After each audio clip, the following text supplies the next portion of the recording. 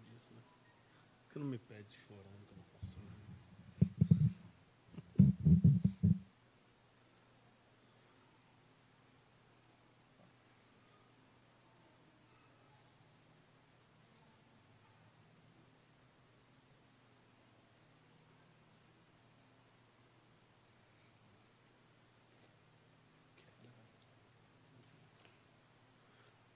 Meus irmãos, graça e paz.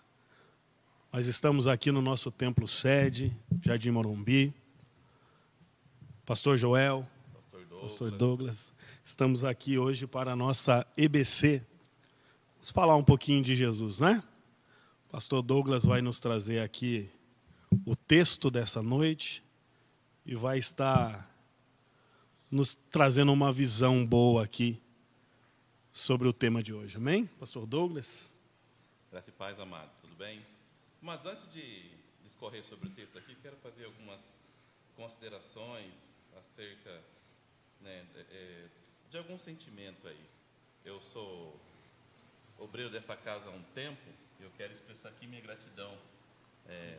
Tenho aí alguns pastores amigos na retaguarda, pastor Anderson Medeiros aí, que é nosso pastor e amigo. Eu sempre, aonde eu estou, eu falo sobre isso, me sinto aí pastoreado, né? Pastor Samuel Medeiros aí, nosso pastor presidente, pastor Joel, que nos ajuda aqui, sempre nos auxiliando. A gente pede um help e ele vem correndo aí.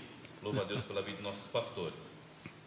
Tenho certeza que os pastores que trabalham nessa casa, os obreiros que ministram aqui juntamente conosco, também dividem esse mesmo sentimento. Quero aqui trazer um texto ao nosso coração, Evangelho de Mateus, capítulo 14. Vamos discorrer aí o texto 22, amém?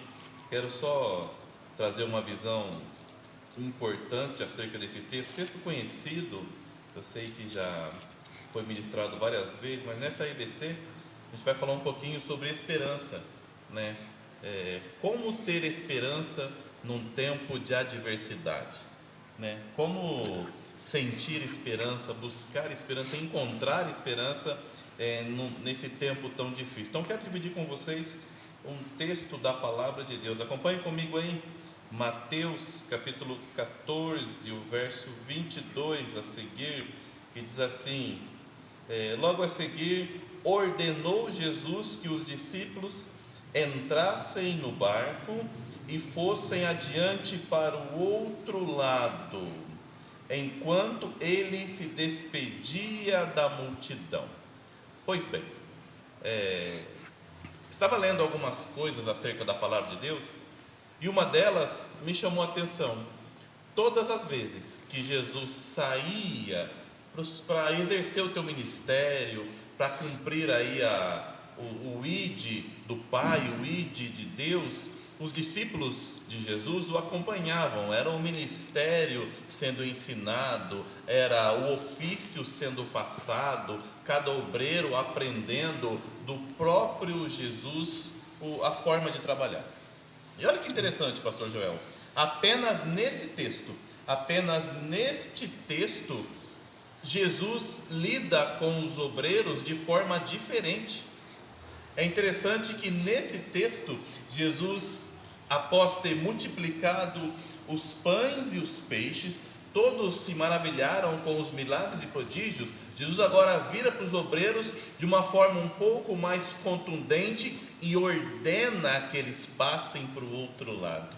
E eu li isso, achei algo sobrenatural, porque todas as vezes que Jesus enviava um obreiro, que mandava um discípulo, ou seja, pedia para um discípulo ir em tal lugar, era sempre com um tom de escolha: olha, seria bom que vocês fossem, eu gostaria muito que vocês fizessem. Mas nesse texto Jesus ordena, ele diz: é necessário, ele diz: eu quero que vocês vá para o outro lado.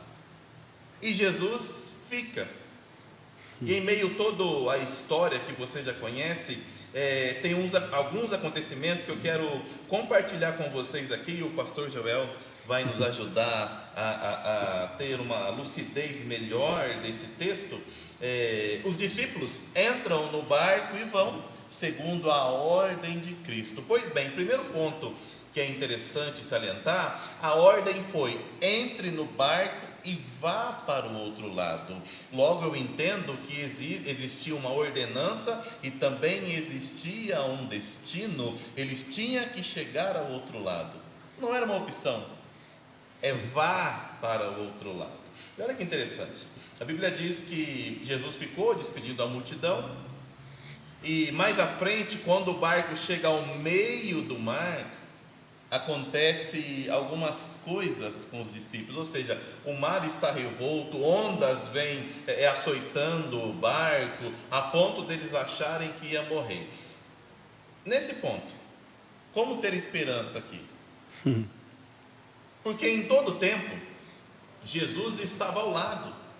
Nos momentos de adversidade, Jesus estava ali. Certa feita eles entraram em Samaria, e aí aconteceu ali algo difícil de se lidar. Os samaritanos, a ponto de apedrejarem os discípulos, expulsarem eles da região, e Jesus estava presente. O momento de adversidade, Jesus estava ali.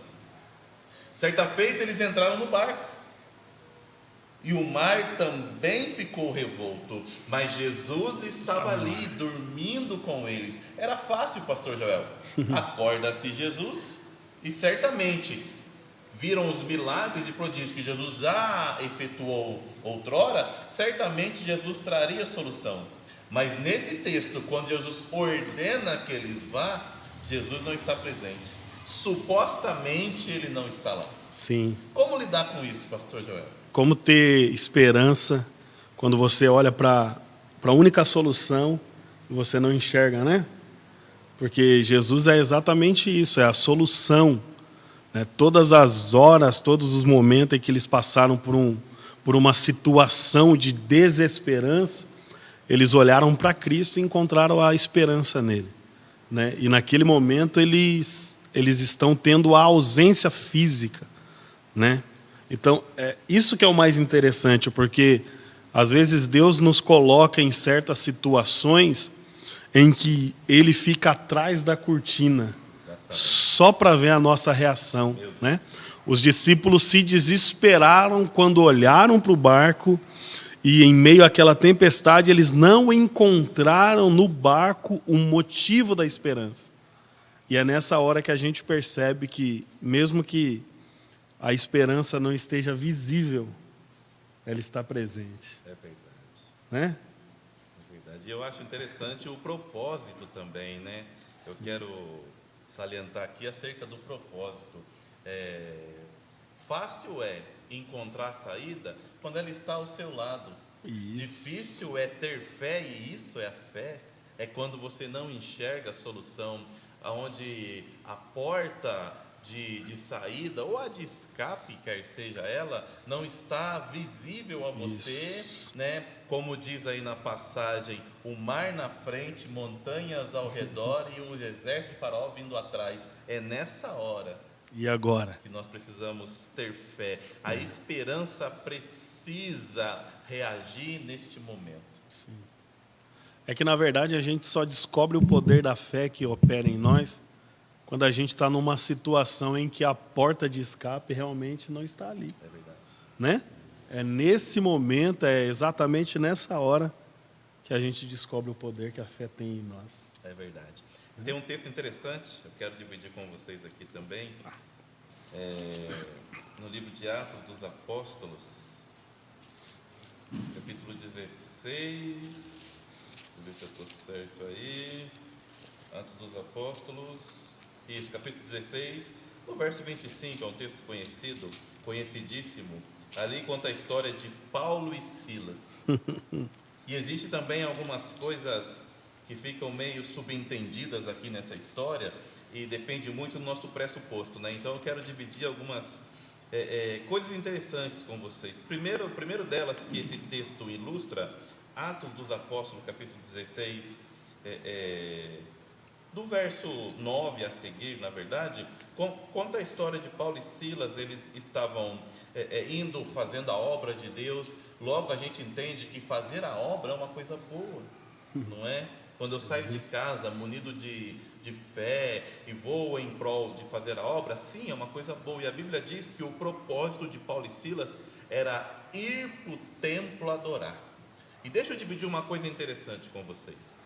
Quando nasce no nosso coração, por intermédio da própria palavra de Deus, quando nasce no nosso coração, por efeito da ação do Espírito Santo, o desejo de adorar a Deus, sempre, em todas as circunstâncias, o inimigo vai criar situações para que esse desejo, essa fé, essa esperança de adorar, ela se extingue dentro de nós. O inimigo sempre vai criar uma situação. A Bíblia diz que Paulo e Silas saem do lugar que está em direção ao templo com a intenção de adorar. O propósito era adoração, pastor Joel. E o texto vai dizer que no meio do caminho eles encontram uma menina que profetizava. Pois bem, profetizar também é uma coisa boa, mas eu preciso saber e entender a fonte que nasce essa profecia, porque não se baseia no eis que digo eu, mas sim, eis que diz o Senhor.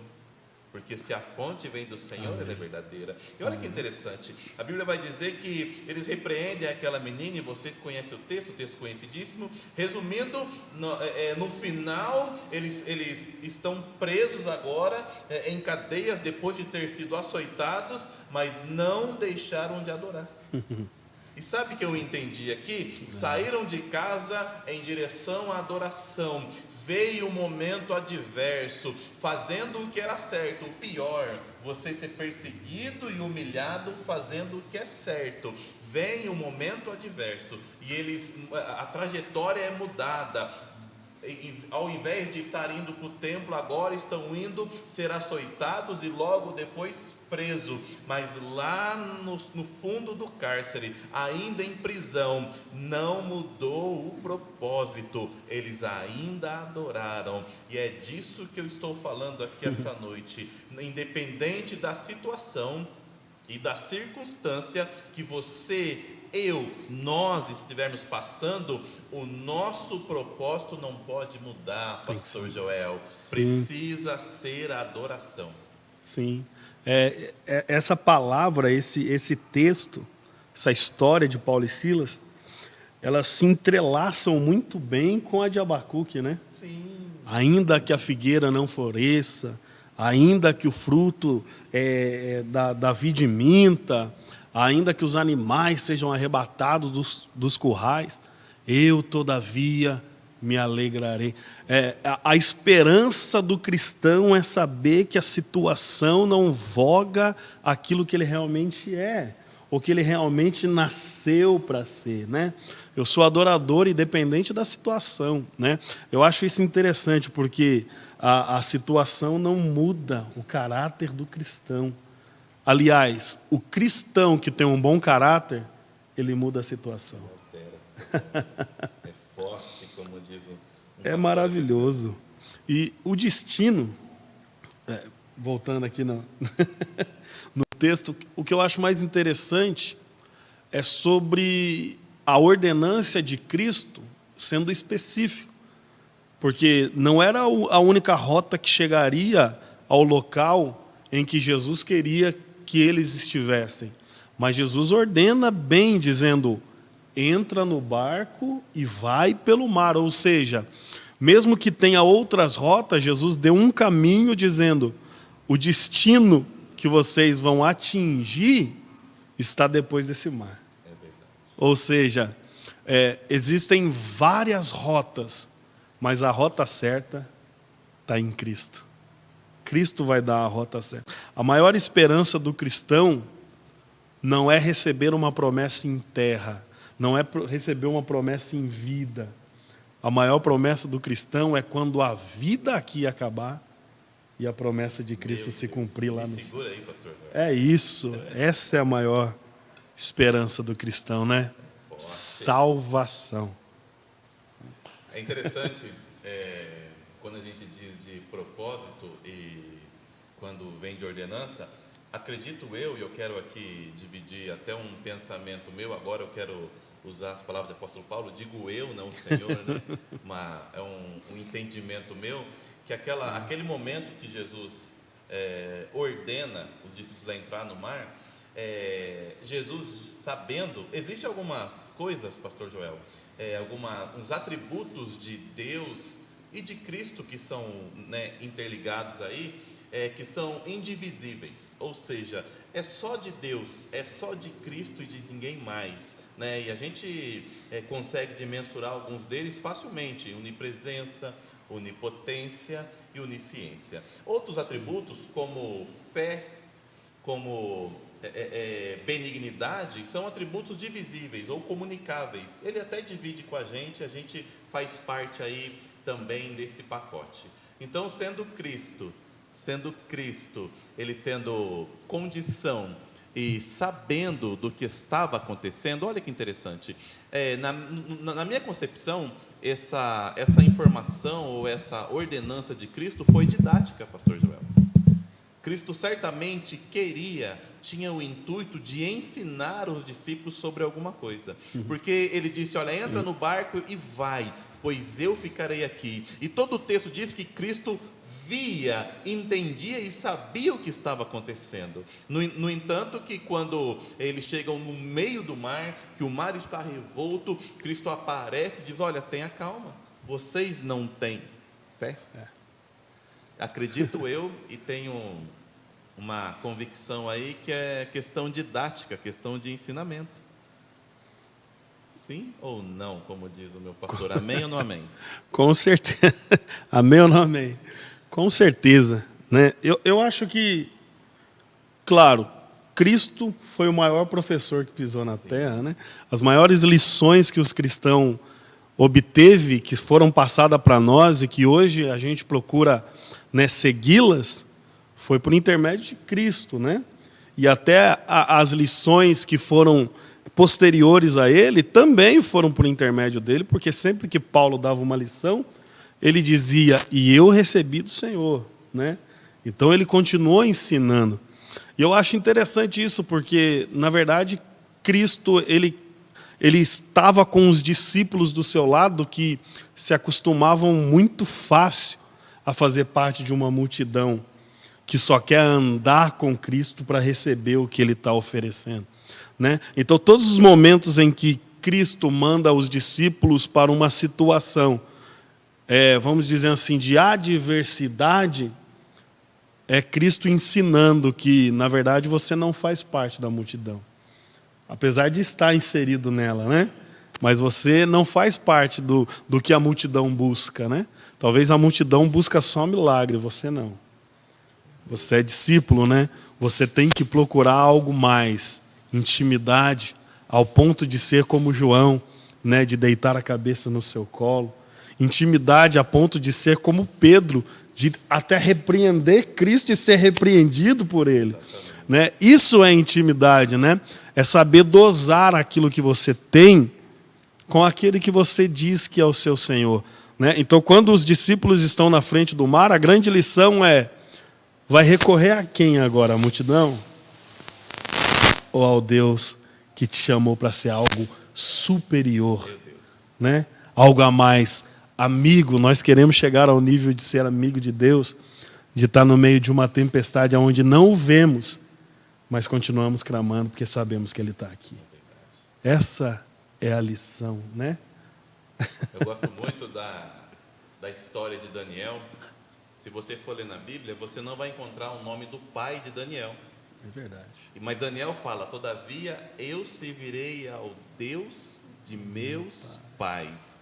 A primeira pessoa que eu quero chegar, né, e chegando no céu, encontrar e perguntar quem que era o pai de Daniel. Porque se o filho tinha fé como ele tinha, como eram os pais, como era o ensinamento dos pais. Como é importante, pastor Joel, essa didática, esse ensino, essa forma de direcionar, de ministrar sobre os filhos, tanto os filhos, né, carnais, como os filhos na fé, como Jesus tinha os discípulos no caso, né? Como é importante essa parte didática, né, de mostrar que Ele é a sua salvação, Ele é o teu socorro, bem presente na hora da angústia, mas também é o teu socorro, mesmo quando você não o enxerga, mesmo quando as ondas estão altas e o vento está contrário, até neste momento Ele ainda é o teu socorro. Como é bom ensinar isso aos nossos filhos, né? Tem um texto, pastor Joel. Sim. Eu sei que eu começo a falar e não paro mais, então joga ela de mim aí, tá? Para mim parar. Quer oportunidade, joga água. Vai que tá bom. Atos dos Apóstolos, capítulo 8, no verso 26, traz uma história interessante de um dos primeiros evangelistas, né? Reconhecido como evangelista, que traz esse nome de evangelista. Na verdade, Felipe era um cooperador quando começa o teu ministério, e isso prova a progressão, né, da obra, a progressão do trabalho. E quanto mais você trabalha e menos você fala de quem você é, mais aparece o que você faz. Olha que interessante. Felipe está pregando, né, a Bíblia diz que o lugar que ele está pregando, a cidade que ele está pregando, já está sendo povoada, né? Todos convertendo. Samaria agora está sendo evangelizada. Felipe está ali, de repente o anjo aparece para ele e fala: Felipe, levanta daí e vai para o deserto. E eu acho interessante esse texto, porque Felipe estava fazendo a obra de Deus no lugar que precisava. Ou seja, muita gente se convertendo. Olha que interessante, até o Cornélio se converteu na pregação de Felipe. É forte isso, porque Felipe estava fazendo aquilo que todo mundo gostaria de fazer, pregando no lugar povoado em destaque, porque só ele estava ministrando ali. No entanto, que Paulo diz a Marcos: vamos até lá, porque o evangelista Felipe está fazendo um bom trabalho. Olha que interessante. E o texto vai dizer que o anjo então chega para ele e fala: olha, sai daí, se levanta e se dispõe e vai até o deserto, ou vai até uma terra que está deserta, um lugar que está vazio, e só tinha um homem ali. E eu gosto muito disso, porque o propósito, ou seja, o propósito não mudou, independente da quantidade de pessoas, e é isso que é importante, independente do nível de progressão pessoal que você está tendo, de conhecimento, como é que a gente chama hoje? Views ou curtidas, não é? Independente da quantidade disso, o propósito não mudou, a palavra foi pregada. Me perguntaram uma vez, pastor Joel, e eu sei que o Senhor, né, que é pregador de multidões, vai entender do que eu estou falando. Disseram para mim: pastor, é difícil pregar para 5.000 pessoas? Eu disse: bom, não sei, porque eu nunca preguei para 5.000, espero um dia, mas não deve ser difícil. Aí me perguntaram: mas é difícil pregar para 200 pessoas? Eu falei: não é difícil. É difícil pregar para 100 pessoas? Eu falei: não. Difícil é pregar para uma pessoa só que não quer ouvir a palavra. A Bíblia diz que Felipe saiu do lugar que estava e foi para o deserto, e lá tinha um homem sedento pela palavra. Ou seja, a fé, a esperança e o amor é as 3 coisas que vai ficar, não é isso? Sim. As 3 coisas que permanecem. A fé, a esperança e o amor estava latente no coração daquele homem, e quando Felipe chega, metade, 50% do trabalho já está sendo feito. O homem está lendo a palavra. Então Felipe tem todo um trabalho de explicar o texto que ele está esmiuçando e está lendo. Olha que interessante. Como eu disse, o lugar que você está não pode mudar o teu propósito.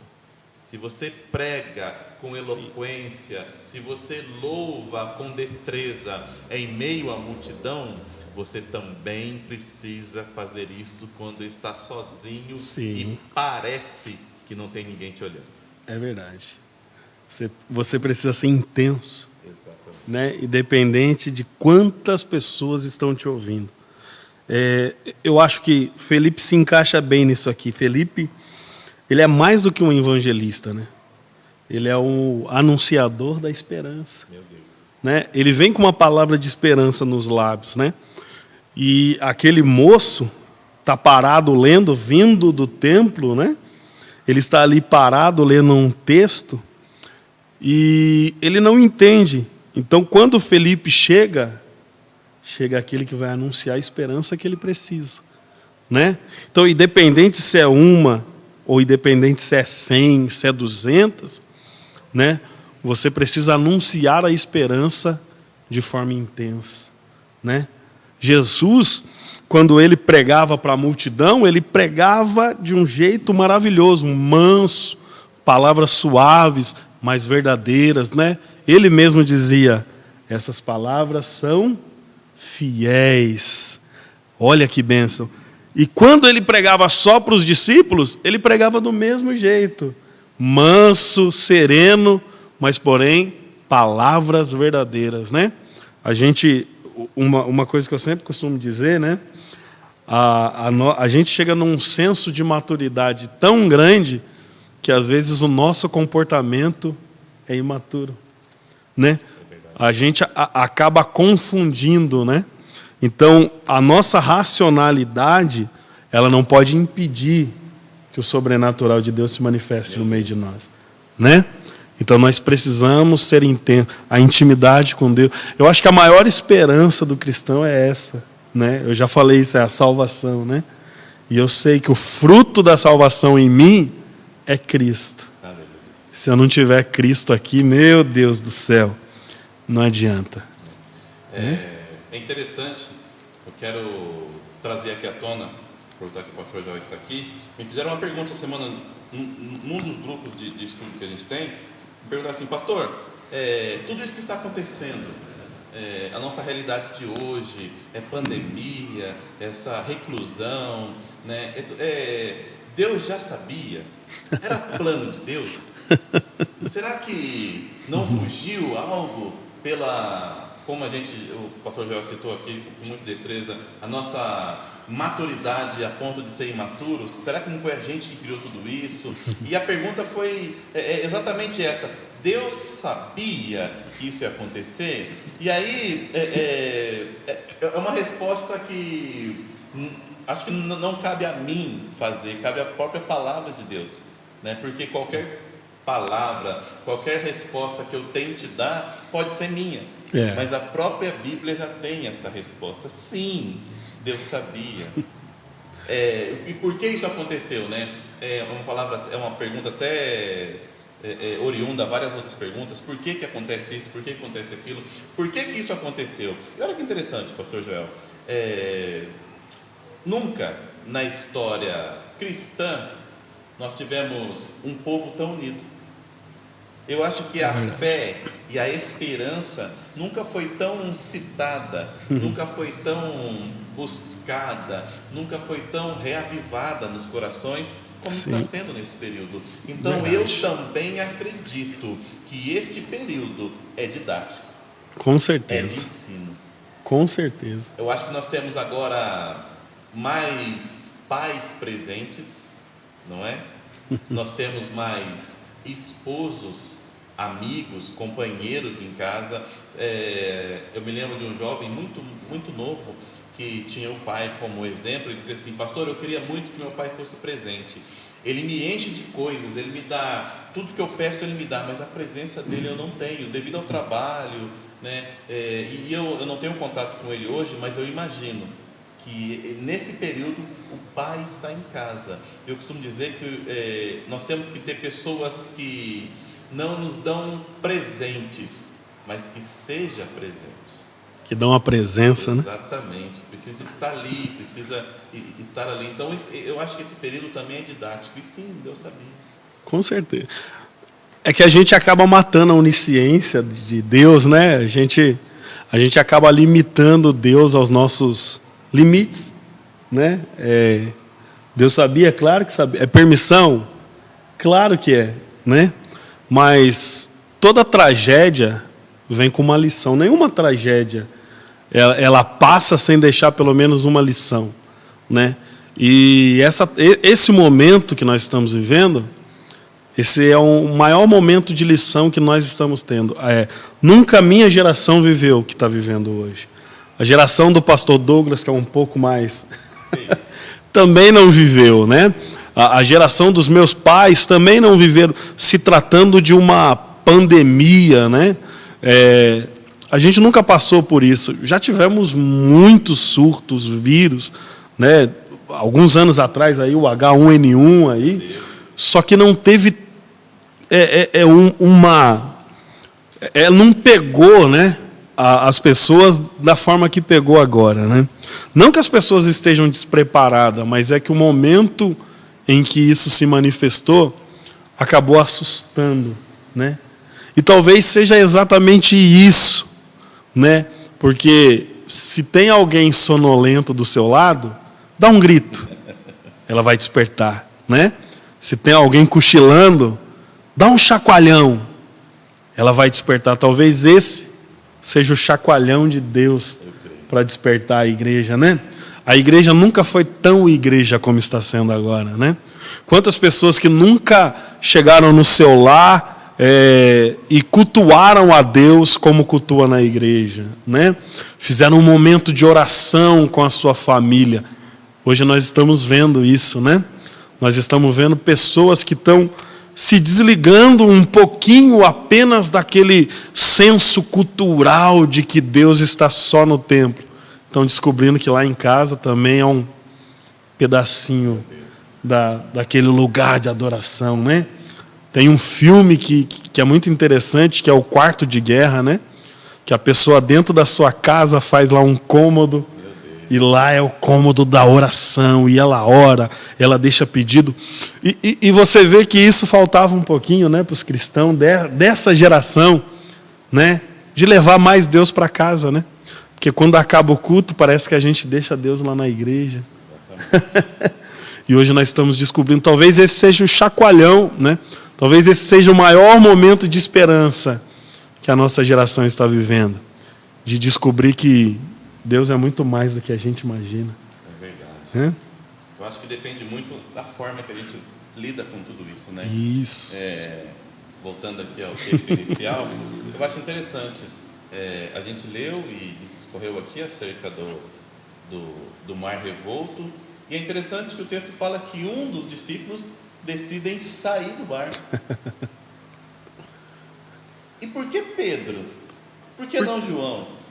Eu fico imaginando, né? Eu já me peguei pensando nisso. O que João estava fazendo? Será ajoelhado? Senhor, me livra, Senhor, me guarda, né? Os outros discípulos, o que cada um faria? Que a princípio, quando eles viram Jesus, o texto diz que eles acharam que era um fantasma. Amedrontados. O medo é tão forte que nos cega das coisas que estão ao nosso lado. Coisas que a gente está acostumado a ver. Livramento, vitória, bênção em meio à tribulação. Coisas que para nós, cristãos e filhos de Deus, deveria ser normal. E a gente, quando fica preso, coisas que deveriam ser o nosso cotidiano, parece ser impossível. Verdade. E aí eu achei interessante essa história, porque Pedro então decide sair do barco. Eu até entendo Pedro, pastor Joel, porque ele era pescador. Então certamente saberia nadar, porque não dá para ser pescador sem saber nadar. Tem jeito. Então ele imaginou, bom, eu saio do barco e conheço o mar. Mas a Bíblia diz que Pedro sai do barco e fita os olhos em Jesus. E aí, quando a gente faz isso, todo o nosso conhecimento, todo o nosso achismo, tudo o que eu sei, o que eu faço, o que eu posso, some. Ainda que eu domine uma situação, quando eu esqueço do meu ambiente, esqueço da atmosfera ao meu redor e fito os olhos em Cristo, tudo que depende de mim não está mais nas minhas mãos, sim na mão dele. A Bíblia vai dizer que Pedro começa a afundar, e aí ele tem a condição de clamar a Cristo. E a Bíblia diz que imediatamente Cristo estende a mão, ou seja, ele sempre estava perto. Ele sempre estava ali. Só dá para afundar quando sai do barco, porque no barco a gente naufraga. Verdade. Não é? Só dá para afundar quando eu saio do barco. Eu parei a pensar sobre isso. João é o que tinha supostamente um pouco mais de intimidade, que deitava no peito, não é? João é aquele discípulo do amor. Eu fico pensando, por que não foi João que saiu? E eu entendi porque Pedro, ele era um pouco mais ousado em algumas atitudes. Eu acho que depende muito da maneira que você encara a situação. Sim. Não é? Me ajuda aí. Com certeza. João me chama a atenção, né? Apesar de, se nós pararmos para meditar bem, João, o caráter dele, as características deles não foge muito de Pedro, né? O que faltava um pouco mais para João era coragem, e o que sobrava um pouco mais em João era o senso de entregar o amor às pessoas que estavam ao seu redor, né? João, ele amava muito, a ponto de Jesus olhar para ele da cruz e dizer para ele, minha mãe agora é sua mãe. Dizendo, esse amor que você investiu em mim, eu agora estou te passando outra pessoa para você investir igual, né? Então, João, ele ama muito, né? Mas a coragem dele não chega num ponto igual chega de Pedro, né? Quando, lá em Apocalipse, capítulo 5, a palavra diz que quando não tem ninguém digno, eles olham e não há ninguém digno, nem no céu, nem na terra, nem debaixo da terra, a palavra diz que João chora demais, né? Mas espera aí, como é que não tem ninguém digno se eu tive com ele lá no monte quando ele se transfigurou? Eu vi a glória, né? Eu não vi a glória do Cristo, filho de Maria. Eu vi a glória do Cristo, filho de Deus, né? Na cruz eu demonstrei que eu sabia quem ele era, né? Quando todo mundo estava chorando e se lamentando, mas eu olhei e eu estava tranquilo, né? Eu vi ele no monte, né? Eu vi do que ele é capaz. Mas quando chega em Apocalipse, ele esquece, né? O maior problema do ser humano é esse, né? Falei problema certo? O maior problema do ser humano é esse, né? Em determinada situação, esquecer que lá atrás já passou coisa pior. Verdade. Mas venceu, né? Então eu vou vencer isso aqui também, né? Quantas pessoas que já foram curadas do câncer, né? E quando pega uma gripe pensa, eu vou morrer. Não, peraí, você venceu o câncer, né? Então você já passou coisa pior. A verdadeira esperança em Cristo é isso, saber que eu posso passar o que for, sabendo quem Cristo é. Não é quem eu sou. Eu sei que eu sou fraco, limitado. É quem Cristo é, né? E Ele está do meu lado.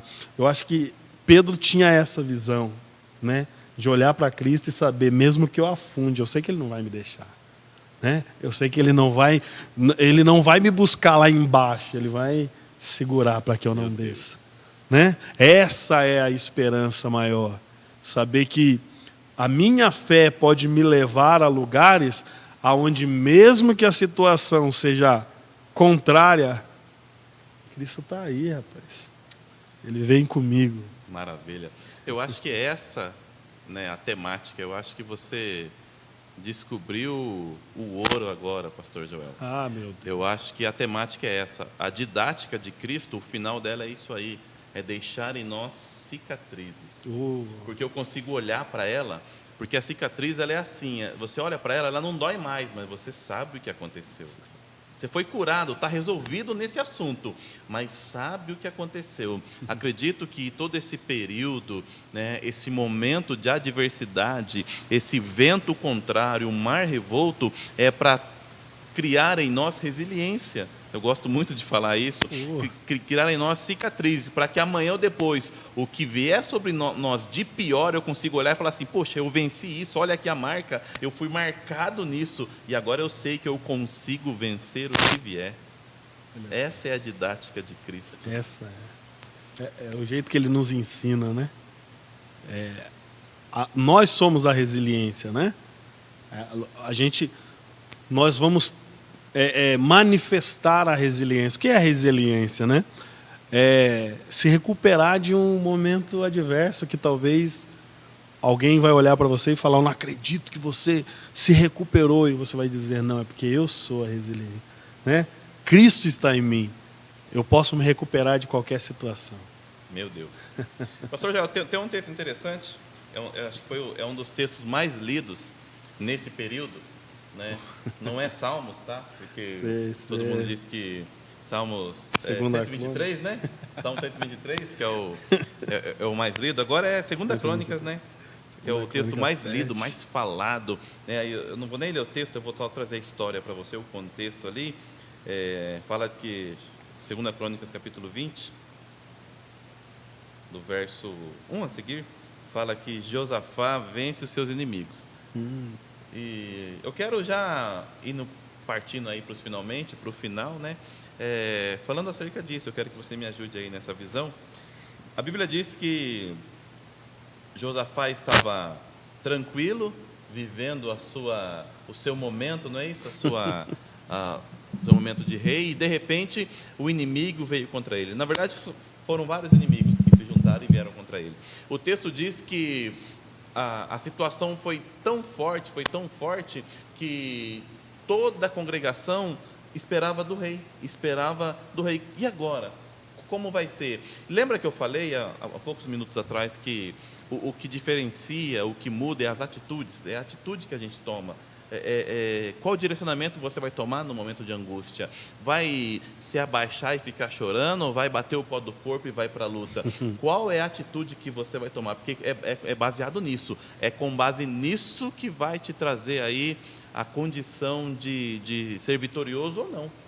A Bíblia diz que o inimigo veio, se juntou, e a Bíblia diz que o rei, então, ele distribui a responsabilidade. Joel, eu gosto muito disso, porque muitas das vezes a gente quer tomar tudo em nossas costas, deixa comigo, está tudo no meu nome, e na verdade não. A Bíblia diz que a oração de um justo, ela pode muito em seus efeitos. Agora eu quero que você imagine, pastor Joel, vários homens e mulheres justificados por Deus, orando no mesmo sentido. Meu Deus. Imagina o efeito que isso pode trazer para uma cidade, para uma nação, para um país, para o mundo inteiro. A Bíblia diz que ele juntou a congregação e ordenou um jejum. E aí, o final da história você já conhece.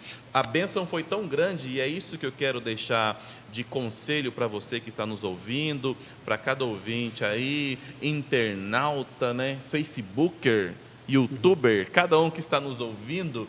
O conselho que eu quero deixar para você é: fique em paz, se segure, edifique a tua fé, estique a tua esperança, porque sempre na história bíblica, no final de uma adversidade, vem a bonança, vem a alegria.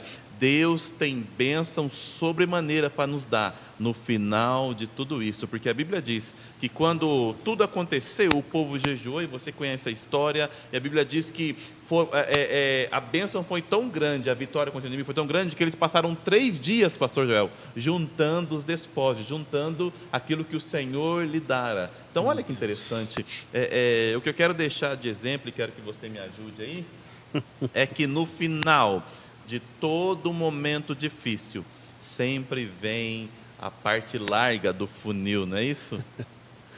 Sempre do meio, como a gente fala, do meio do deserto para lá, já está indo para o final, não é? Passou pelo meio, agora é só correr para a vitória. Meu Deus, está ali perto, né? Provérbios que fala, né? O fim das coisas são melhores do que o início delas. Mas a história de Josafá eu acho extraordinário, porque na verdade Josafá está vindo de uma guerra que não era dele. Verdade. Né? Ele foi apoiar um amigo, né? Rei Acabe, que acabou morrendo. E a palavra diz que Josafá perdeu muitos do seu exército, né? A ponto dele ficar se recuperando lá em Samaria, né? Para depois voltar para a sua pátria, né? E eu acho isso aqui interessante. Ele entrou numa guerra que não era dele e perdeu parte do seu exército. Agora vem três exércitos unidos contra ele, e ele vence uma guerra que colocaram o nome dele, né? Mas que ele colocou nas mãos de Deus. Ou seja, eu entrei na guerra do meu amigo e perdi. Com as minhas mãos. Com as minhas mãos. Agora eu entrei em uma guerra que me colocaram e eu coloquei na mão de Deus. Ou seja, o nome que está lá é o meu, mas quem vai pelejar é Deus, né? Eles lutaram contra 3 exércitos e não perderam nenhum soldado, né? É extraordinário isso. E olha que interessante. Lá na batalha de Acabe, eles perderam muito, né? Então juntou 3 exércitos, foi contra ele, e agora ele juntou, né? Tem um poder maior de resiliência do que essa? Meu Deus. Né? Eu fiz uma má escolha, mas eu me recuperei dela, né? Eu me levantei, né? Eu me reergui, e agora Deus está me dando condições de juntar de novo tudo aquilo que eu perdi, né? Então talvez os exércitos inimigos que estão vindo contra mim não é para me destruir, né? Para agregar. Mas é para exatamente isso, né? Então, perdi a linha do raciocínio aqui. Volta aí. Então, Ligação com o Espírito Santo. o que eu acho interessante é isso, né? É a atitude que eu tomo mediante ao momento que eu vivo, né? É isso que você estava falando, Sim, né? sim. Voltou bem. Eu ainda estou em recuperação. Imagina, Josafá está se recuperando de uma guerra que ele perdeu, né? E agora Deus faz todo um trâmite para mostrar para ele que, rapaz, você só perdeu lá porque você tentou sozinho. Agora aqui, me insere no meio dessa batalha, me coloca no meio dessa peleja, né? Que daí se cumprirá aquela palavra, né? O Senhor pelejará por vós. O Senhor vai pelejar por você. Foi essa promessa que Deus fez a Josafá, né? Nessa peleja não tereis que pelejar. Né? A maior dificuldade do cristão é saber entender isso, né? Eu preciso colocar Deus no meio da situação que eu estou vivendo. É o time certo, a hora de pôr a mão e de tirar, né? A hora de tirar, é exatamente isso. Eu não posso entrar numa peleja com as minhas mãos sabendo que o meu inimigo é mais forte do que eu. Meu Deus. Mas sabendo que o meu inimigo é mais forte do que eu vou colocar na minha peleja o meu pai, que é mais forte do que o meu inimigo. Né? Eu vou ser sim aquele menino de escola que quando arruma a briga, ele olha para o seu companheiro de peleja. Para a pessoa que está querendo brigar com ele, ele olha e fala assim, eu vou chamar o meu pai para você. Deus. É isso que a gente tem que fazer, chamar o pai para a peleja. É verdade. Pastor Geraldo, deixa eu só dar um toque. Amado, a gente está aqui com o pastor Anderson, hoje é nosso sonoplasta, o nosso técnico de som aqui, está ali na mesa glória. ali. A gente vê só a luz dos olhos dele olhando para a gente. Pastor, como é que está o nosso tempo aí, pastor? Opa, o pastor falou que a gente tem até meia-noite, então vamos lá. Quero discorrer aqui mais uma história. Eu costumo dizer que eu sou bom de história, né? Eu não sou pregador como vocês aí, pastor Anderson, os demais que estão nos ouvindo aí. Eu sou contador de história e o senhor tocou num ponto interessante, pastor. Eu quero dividir algo especial, que é o lance de pôr a mão, o lance de mexer no momento que não pode. Né? A gente tem essa mania, né? Por exemplo, a gente está num momento aí que a gente está um pouco recolhido em casa, sem poder fazer muita coisa, e eu sei que tem irmão que gosta de fazer a obra, e é salutário isso, é bom fazer a obra, e você vê, irmão, meu Deus, eu não posso fazer visita, eu não posso ir orar. Encontrei com uma irmã esses dias, ela falou, pastor, eu estou ficando louca, pastor, porque eu ia nos hospitais, eu ia nos presídios, eu estava ativa, e com tudo isso eu tive que dar uma parada, dar uma segurada, e ela falou, não estou aguentando mais. Eu falei, querida, é o momento de você pegar fôlego. Eu acho que Deus falou, deixa eu dar uma segurada para ver se ela, né, toma um fôlego, né, se reciclar. E olha que interessante, todas as vezes que a gente põe a mão no momento que não era para pôr, a gente sempre faz algumas coisas erradas. Eu não vou nem dividir assim algo teológico, mas olha que interessante, a Bíblia vai dizer que Deus faz uma promessa a um dos nossos patriarcas, o primeiro. Deus diz para Abraão, olha Abraão, você vai ser pai de uma nação, ou de grandes nações, você vai ser pai de um povo imenso. E olha que interessante, a Bíblia diz que primeiro Abraão até questionou, falou, peraí, mas a esposa já tem 90 anos, né? Já não está tão novinha assim, eu também já não estou tão novinho, como que eu vou ser pai de uma nação? Pois bem, a princípio colocou até em xeque a promessa que Deus fez, e aí o tempo passa, o que acontece, ele tenta pôr a mão. E o que ele faz? tem filho com a empregada. Você percebeu que sempre quando a gente tenta pôr a mão no momento que Deus promete, e entre a promessa e o cumprimento dela, né, esse período de espera, que talvez é isso que a gente está passando agora, Deus Sim. prometeu bênçãos e vitórias para o teu povo mais à frente, e aí o povo se uniu em oração, o povo se juntou. Nunca na história eu posso dizer que eu vivi para ver isso. Ver pessoas unidas, um presidente proclamar um jejum geral, eu pude estar presente, participar desse momento, né, isso marcou minha geração. É uma história, uma cicatriz, que eu vou poder contar lá na frente para os meus netos e assim por diante. E olha que interessante, a Bíblia diz que o tempo passou e parece que a promessa não se cumpriu, e aí Abraão vai e põe a tua mão, tem filho com a empregada. E a guerra até hoje acontece por isso. Até hoje tem guerra por causa desse filho. Você percebeu quando a gente põe a mão, dá errado, dá ruim? O efeito, né? Quando a gente coloca a mão no momento errado, o efeito nunca é positivo. Né? Mesmo que no momento para a gente seja prazeroso, né? Foi bom para Abraão ter filho lá? Claro que foi, né? Uma egípcia, né? Foi bom demais. A consequência veio depois, né? E essa consequência, ela perdura. Né? Ela não... Talvez você está colhendo hoje na sua vida coisas de ações, atitudes que você tomou lá 10 anos atrás. Meu Deus, isso me faz pensar no que eu faço hoje. Exatamente, né? Porque lá na frente você isso, vai colher, né? Então, esse negócio de colocar a mão é interessante. Tem uma frase que eu gosto muito, que é do Martin Luther King. Meu Deus. Ele diz assim: todas as coisas que eu possuía, eu perdi. Mas tudo aquilo que eu coloquei na mão de Deus, eu ainda possuo. Né? Então, não é bíblico? Não é bíblico? Não é bíblico. É dele, né? Não é a minha mão, né? É a mão de Deus. Eu não posso achar que o meu colchão é um lugar mais seguro do que o banco, né? Eu não posso ter esse pensamento, né? Então eu não posso achar que a minha mão é mais poderosa que a mão de Deus. Meu. Aliás, quando a nossa mão escorrega, é a dele que nos segura. É forte isso. Tem uma história interessante que conta a história de o maior libertador do povo de Deus, Moisés. Existe uma promessa sobre a vida de Moisés, ou seja, ele é livre da mortandade, ele é guardado. E olha que interessante, Deus tem hora que a atitude de Deus, as ações de Deus nos deixa um pouco confuso, e chega a ser engraçado, pastor Joel. Que o inimigo estava louco atrás do libertador, então Deus pegou ele e escondeu na casa do inimigo. Falou: você vai cuidar dele para mim. Vai, né? Aconteceu com Moisés e aconteceu com Jesus, não é?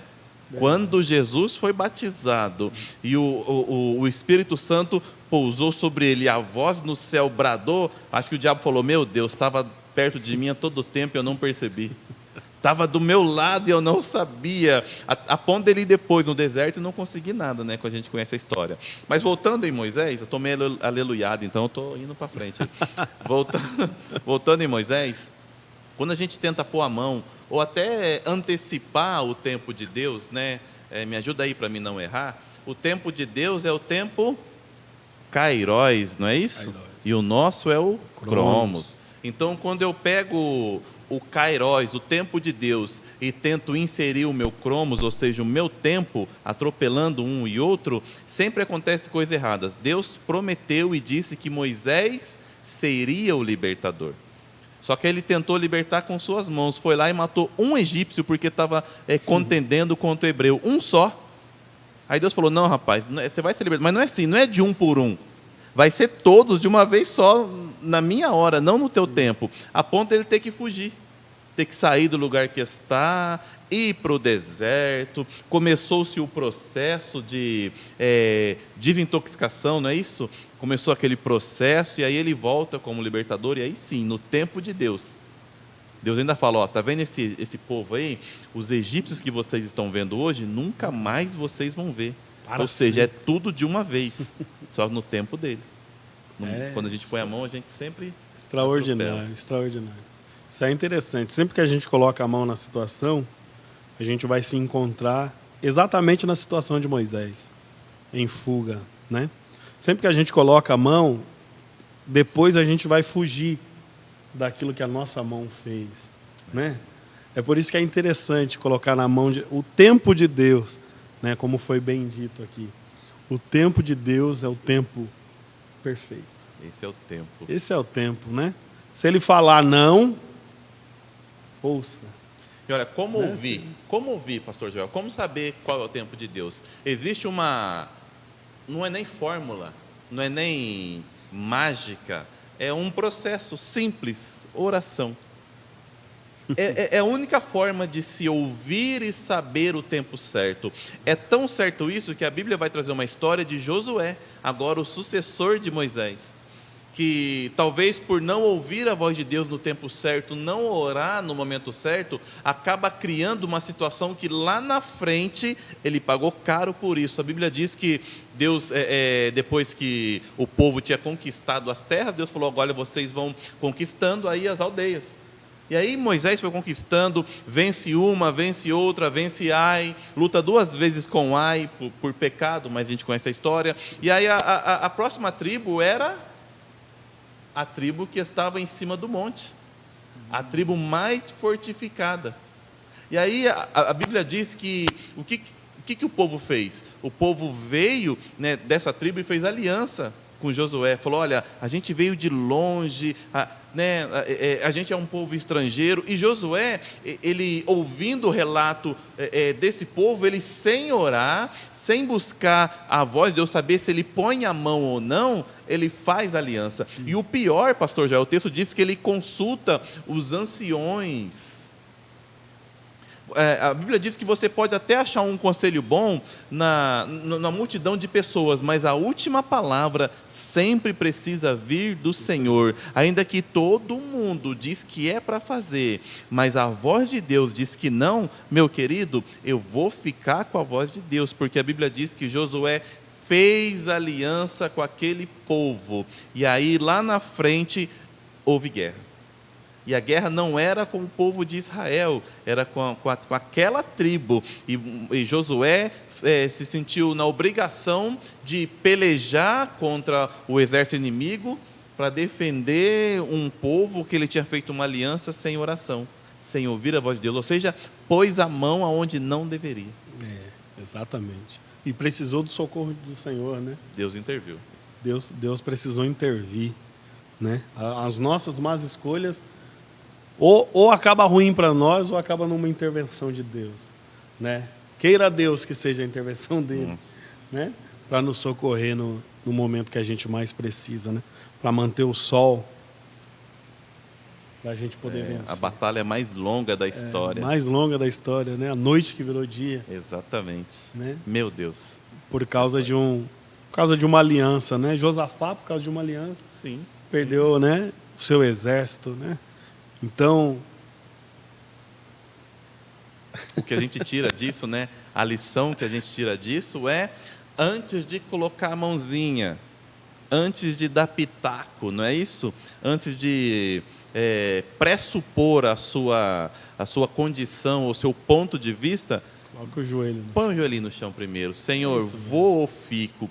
Faço ou não? O pastor Joel, ele tem um versículo, eu não me lembro bem agora, mas está em Malaquias, que fala exatamente isso, né? Essa é a diferença, não é? De quem serve e não serve. Dos que servem a Deus e quem não serve. Quem serve a Deus de fato, meu querido, ele só anda na direção de Deus. Exatamente. Se Deus falar vai, ele vai. Se Deus falar fica, ele fica. Sem mimimi, não é isso que a gente diz hoje?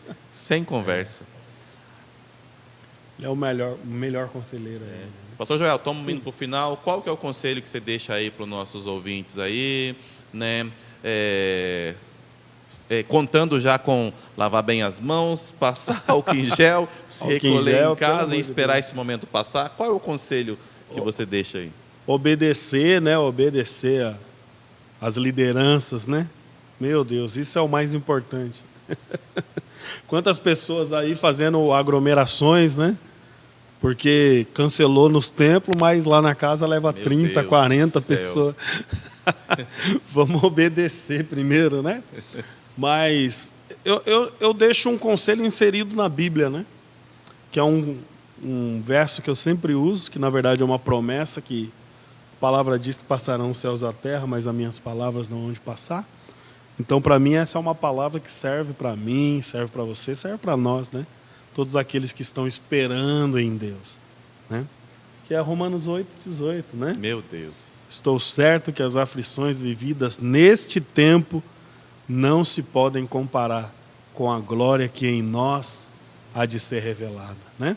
Então, eu creio, o conselho que eu posso te dar é: espera no Senhor, tenha paciência, né? Romanos 5, se eu não me engano, né? Que diz que a paciência produz a esperança, né? Então, tenha paciência, esse momento está produzindo alguma coisa em você.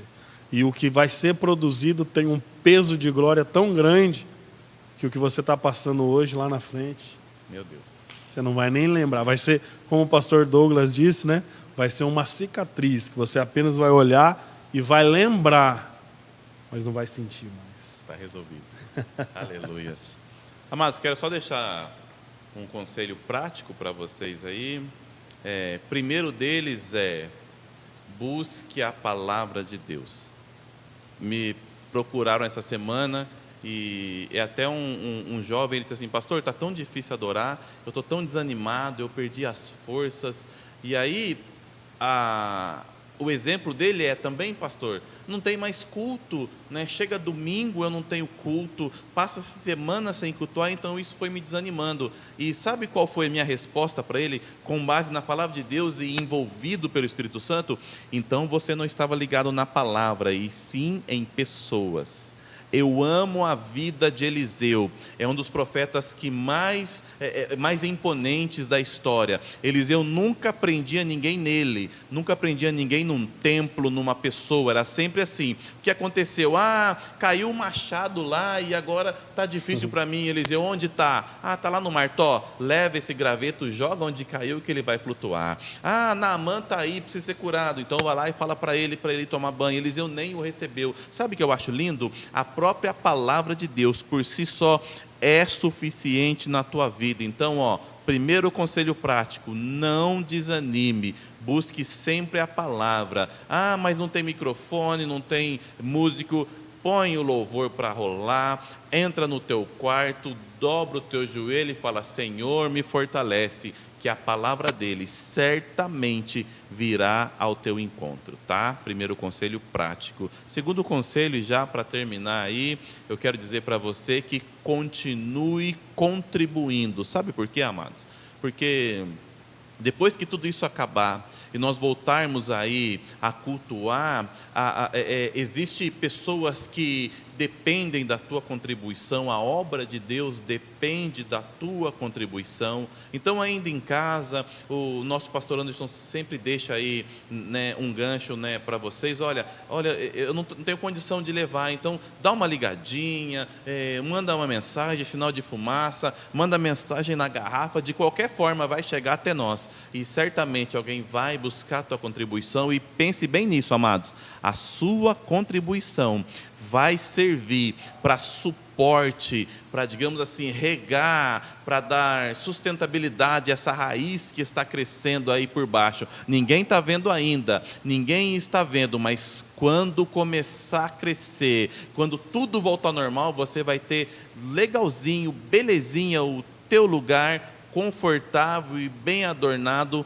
para receber você de volta aí no nosso templo. Então, continue contribuindo, amém? Quero aqui já pedir para vocês aí, né, nos ajudar aí, compartilhando, sempre que tiver aí uma chamada, cutuca alguém, é uma forma de evangelizar, não é, pastor Joel? Com certeza. Eu não consigo pregar para alguém, mas eu mando aí o like, mando aí, o link, na verdade, né? É o link dos estudos, da palavra, dos cultos, e assim todos conseguem cultuar normalmente, amém? Se inscreva no canal, né? Ativa o sininho. O nosso pastor, ele sempre está lançando com antecedência, né? Ele está abrindo aí sempre com algumas horas de antecedência para chamar vocês para lá, para estar participando da live, né? Então se inscreve aí no canal, tá? Ativa o sino, né? As notificações e compartilha, amados, tá? Que essa mensagem, né? E que todos os cultos que estão acontecendo aqui, mesmo que num número baixo de pessoas, às vezes só com a equipe de louvor, o pastor, o pregador, né? Mas a palavra continua sendo pregada e vidas continuam sendo alcançadas. Então, que você possa fazer parte disso também, tá? Compartilhando e alcançando vidas para a glória de Deus. Amém, amados? Vamos estar orando? Quero que você ainda em tua casa, no teu trabalho, onde estiver ouvindo aí, onde estiver chegando aí a nossa voz, curve tua cabeça. Eu não posso sair daqui essa noite, embora é um culto mais é diferente, uma palavra entre pastores aqui, um estudo, né, com base em alguns textos bíblicos. Eu não posso sair daqui essa noite sem abençoar a tua vida, abençoar a tua casa. Então, pela fé, amados, essa semana a irmã falou: pastor, mas ninguém foi em casa orar por mim, eu estou com dificuldade na despensa. E eu falei: minha querida, ninguém foi lá, mas o anjo está, ele pode te abençoar. Então, pela fé, coloca a mão aí na tua despensa, se é esse o lugar que você está aflito, se existe enfermidade na tua casa, chega perto agora, coloca a tua mão. Deus vai te usar como canal. Amados, não importa a ferramenta, e sim a mão daquele que conduz ela, e a mão é a mão de Deus. Então, onde você estiver, na tua casa, no trabalho, coloca a mão aí nas suas dificuldades, quer seja enfermidade, contas, e o que estiver te atrapalhando de ter comunhão com Deus. Coloque a tua mão aí e vamos profetizar que a vitória vai chegar, mesmo em momentos adversos. Senhor meu Deus, Pai querido e Pai santo, Deus, em nome do teu Filho amado Jesus, Pai, eis aí a tua igreja, cada um reunido no mesmo propósito, ainda em distância, cada um no seu lar, mas reunido, unido em coração, em propósito, Pai. Nós cremos no agir da tua palavra, nós cremos no sobrenatural que o Senhor opera na vida daqueles que operam a fé mediante aquilo que o Senhor tem prometido. Pai, nós cremos que haja cura, libertação, que o prover do Senhor alcance este lar. Pai, se existe alguém sofrendo de alguma enfermidade, Pai, nessas mãos estendidas, alcance a vida deles. Pai, se existe alguém com dívida, se existe alguém com dificuldade financeira, Pai, em nome do teu Filho amado Jesus, que portas venham ser abertas e as bênçãos alcancem a vida de cada um deles. Pai, nós cremos que o Senhor é um Deus sobrenatural, que opera tudo em todo segundo a fé que age dentro de nós. Pai, nós clamamos a Ti, mas entre nesses lares, aonde está chegando a nossa voz, este áudio, a imagem que seja, mas que haja algo sobrenatural, que o agir do Senhor aconteça nesse lar e as bênçãos alcance. Pai, nós clamamos a Ti também em especial, conforte os corações daqueles que estão aflitos e desesperados, a angústia do Teu povo, Pai, que cesse agora e demos uma palavra de ordem a todo mal, que saia, o Senhor é o oleiro, Senhor, que está na mesa, Senhor, trabalhando, Senhor, no barro, que Senhor, tudo que possa estar atrapalhando a prosperidade física e espiritual, nós decretamos na saia da vida dos teus servos, e que haja vitória, e que haja bonança, em nome do teu Filho amado Jesus, pela fé que opera em nós, nós te pedimos e já te agradecemos, em nome de Jesus. Amém e obrigado, Deus. Deus abençoe, fique na paz de Deus, amém? Amém. Fica ligado nos próximos eventos, amém, irmãos? Como eu disse, será lançado antes pelo nosso pastor, tá? Vai lá, curta, compartilha e fique conosco, amém? Deus te abençoe em nome de Jesus. Nós somos da Igreja Cristã Universal Independente, Jardim Morumbi, pastor Douglas. Isso. Rua José de Campos, 260. Voltando às nossas atividades, nós queremos te receber aqui, amém? Deus abençoe. Deus abençoe.